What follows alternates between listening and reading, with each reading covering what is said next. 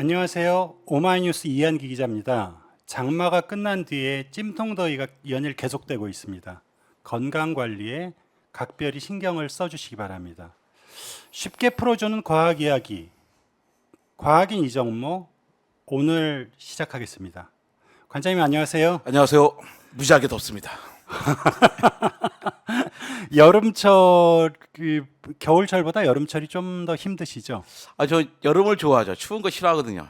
그래요? 여름 좋아하는데 요즘 점점 여름 힘들어지네요. 올해는 유난히 더 덥죠. 뭐 계속 더워지고 있으니까 뭐 예상은 했지만 뭐 나이가 들어서로나 꼭 그건 아닌 것 같은데 다들 너무나 힘든 것 같고 의욕이 많이 떨어지고 있고 이거 저는 뭐 실내에서 일하잖아요. 예. 실외에서 일하시는 분들은 도대체 이걸 어떻게 하지? 그러니까 글쎄요. 뭔가 이런 우리나라뿐만 아니라 유럽도 마찬가지고 특히 공사 현장 같은 경우는 예. 여름에는 이거 공사를 할 수 있는 것과 과연 뭐 이런 생각을 하면서 왔습니다. 예. 그래서 오늘 과학뉴스 첫 번째 주제도 계속 온도가 올라가는 그 지구 열대화. 뭐 열대야는 이제 뭐 그 사람에 해당되는 거고요. 지구가 뜨거워지고 있는 지구 열대화 문제를 다뤄보도록 하겠습니다. 여러분들 체감을 하실 건데요. 지구가 갈수록 뜨거워지고 있습니다. 지난주 더 네이션이라는 그 잡지에 실린 기사 제목이 의미심장합니다. 전 세계가 끓어오르고 있습니다. 그게 무엇이며 우리는 무엇을 걱정해야 할까요? 이런 제목이었습니다.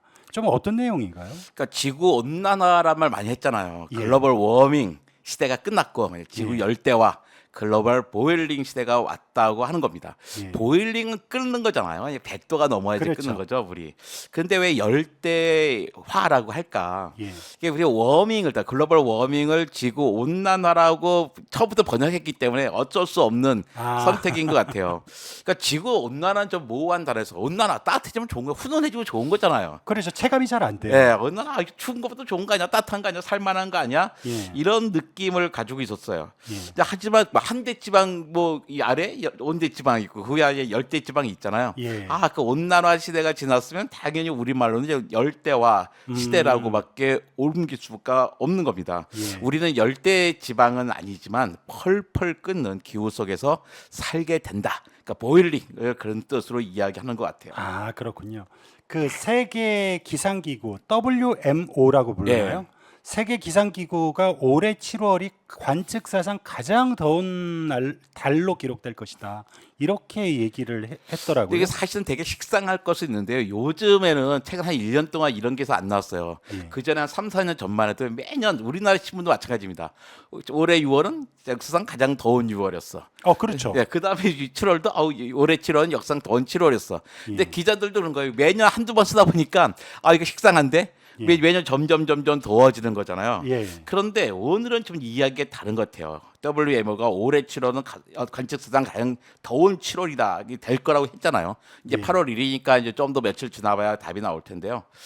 그 변화가 심상치 않습니다. 1979년부터 지구 평균 기온을 계산하기 시작했어요. 예. 그러니까 그전엔 지구 평균 기온을 계산할 필요도 없었던 거죠. 이제 44년 된 겁니다. 예. 전 세계에 2만 개의 기상 관측소가 있어요. 2만 개의 기상 관측소, 해양 선박, 부표, 그다음에 인공위성에서 수집한 데이터를 사용해서 예. 계산합니다. 그러니까 미국의 환경 예측 센터에 따르면 지난 7월 예. 6일이 지구 평균 기온이 계산된 이래로 가장 지구에서 더운 날이었다는 거예요. 그날 평균 기온이 17.18도씨에 달했다고 합니다. 예. 지구 보면 어딘간 여름이고 어딘간 겨울이고 봄이고 여름이 가리고 하잖아요. 그렇죠. 그러니까 올라가는데 올해 산업화 전에는 지구 평균 기온이 15도였어요. 예. 많이 올라야 뭐 1도 정도 올랐는데 17.18도에 달했다. 물론 예. 17도, 18도에서 물이 끓는 건 아니잖아요. 예. 100도가 되어서 끓죠. 하지만 기후 변화의 심각성을 강조하기 위해 글로벌 보일링이라는 용어를 유엔 사무총장부터 시작해서 과학자들도 적극적으로 쓰고 있습니다. 예. 17도, 18도가 별거 아닌 것처럼 보일 수 있는데요. 불과 3년 전에 2020년에 7월 25일이 16.2도였어요. 예. 올해 7월 25일은 17.14도였습니다. 아. 불과 올해 7월 25일이요. 예. 불과 3년 사이에 거의 0.9도가 올라버린 거예요. 우리가 산업화 이후에 지금까지 평균 기온이 1.1도 올라갔다거든요. 예. 100년 동안에 1.1도 올랐다 큰일 났다 했는데 예. 최근에 3년 때 개별적인 날로 따지면 예. 3년 사이에 1도가 오른 거죠. 엄청난 거죠. 0.1도가 엄청나게 큰 수치죠. 그렇죠. 그러니까 보일링 하니까 좀 데는 듯한 이렇게 화상을 입을 것 같은 느낌의 경고가 느껴지네요. 이 같은 7월의 기록이 예외로 남을 것 같지 않다고 유엔이 좀 우울한 전망을 했는데요. 사람 몸으로 따지자면 정상 체온을 벗어나서 38도, 39도 이렇게 올라가는 셈 아닙니까? 참으로 심각한 상황인데요. 코페르니쿠스 기후변화 서비스 관측 데이터를 따져봤더니 전 세계 평균 지표면 기온의 최고 온도는 2016년 8월 13일에 16.8도였는데 올해 7월 6일은 17.08도로 높아졌다고 합니다. 이러한 기온 상승이 최근 이제 캐나다나 그리스 등에서 발생한 산불이나 북미, 아시아, 유럽 대부분 지역에서 지속된 폭염과 관련이 있는 건가요? 그렇죠. 일단 뭐 더우면 산불이 나요. 예. 더우면 국지적으로 온도가 확 오르고 건조해지잖아요. 예. 산불이 납니다. 더워져서 산불이 났는데 산불 나면 또 더워지죠. 그렇죠. 산불 나면 그때 산불 때 온도는 오르고 또 이산화탄소 배출되기 때문입니다. 계속 악순환이 되는 거예요. 일단 우리 집에 아이 열이 올라가면 어떻게 되나요? 일단 열을 낮춰야 되잖아요. 낮춰야죠. 예, 그래서 뭐 일단 체온을 낮춰야 됩니다. 그 찬물로 샤워를 시키든지 우리 아버지는 그랬어요. 일단 찬물로 샤워를 시켰어요. 옷을 무조건 벗겨서 예, 벗겨서 샤워 시켰습니다. 그다음에 해열제를 먹이자. 해열제 먹으면 참 간단한데 예. 우리 집에 해열제 없었는지 그냥 찬물로 막 했어요. 이제 오히려 어린 난 사람의 입장에서는 힘들죠. 예. 고통이지만 일단 체온을 낮추는 것은 좋은 정책인 것 같아요. 그렇죠. 열이 올라가면 몸의 효소들이 예. 생명 작용을 작동하는 효소들이 작동하지 않아서 잘못하면 생명이 위험해질 수도 있기 때문입니다. 그렇죠. 하지만 열을 일시적으로 내린다고 당장 내린다고 해결된 건 아니잖아요. 열이 오른 이유를 찾아서 그걸 제거해야죠. 그러니까 그렇죠. 항생제를 먹이든지 뭔가를 해야 되는 겁니다.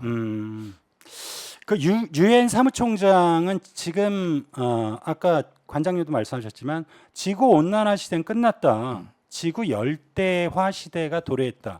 분명한 건 이런 데에는 인간의 책임이 있다고 경고를 했습니다. 그리고 아까 얘기했던 세계 기상기구 사무총장도 올해 7월 극한 더위는 기후 변화의 냉혹한 현실이자 미래의 예고편이다. 기후 행동은 사치가 아니라 필수, 생존의 문제다. 이렇게 좀 강조를 했습니다. 지구 열대화 문제는 다음 주 심층 탐구 주제로 자세하게 들여다보겠습니다. 그만큼 중요한 이슈이기 때문에 좀 더 깊고 자세하게 들여다보도록 하겠습니다.